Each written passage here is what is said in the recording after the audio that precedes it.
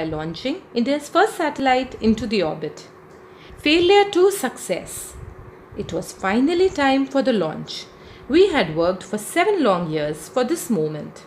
The whole team waited anxiously as SLV-3, India's first satellite launch vehicle, was prepared for the launch. The countdown began. 10, 9, 8, 7, 6, 5, 4, 3, 2, 1. Liftoff. The first stage performed to perfection. We stood spellbound, watching our hopes soaring in the form of SLV-3. Suddenly, the spell was broken. The second stage went out of control, and the flight was terminated after 317 seconds. The rocket crashed into the sea, and all our hopes drowned with it. One moment there was magic, the next a feeling of utter hopelessness. This event came as a big shock to most of us. I felt angry and frustrated. A press conference was scheduled. The causes of the failure were to be discussed. I felt responsible for the crash, and a dread filled my heart. I knew that the press would be full of critics, waiting to blame my team and me. But my chairman, Professor Satish Dhawan, took the mic from me and answered all the questions confidently. His composure and his clarity of thought really impressed me.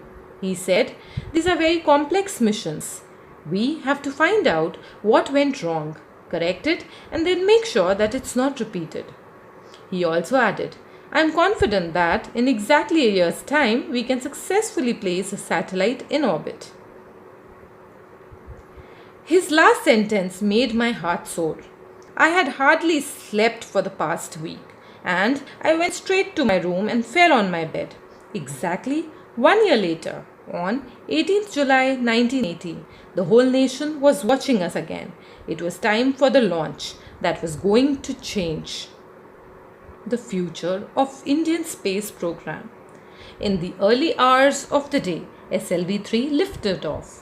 The satellite was successfully put into the orbit. Then I got the opportunity to speak the most important words I have ever uttered in my life. Mission director calling all stations. All stages performed successfully, and the Rohini satellite is now in orbit. There was a loud cheer everywhere. When I came out of the building, my colleagues lifted me on their shoulders and paraded me around the launching pad. It was my proudest and happiest moment. I was so proud of my team. The whole nation was excited.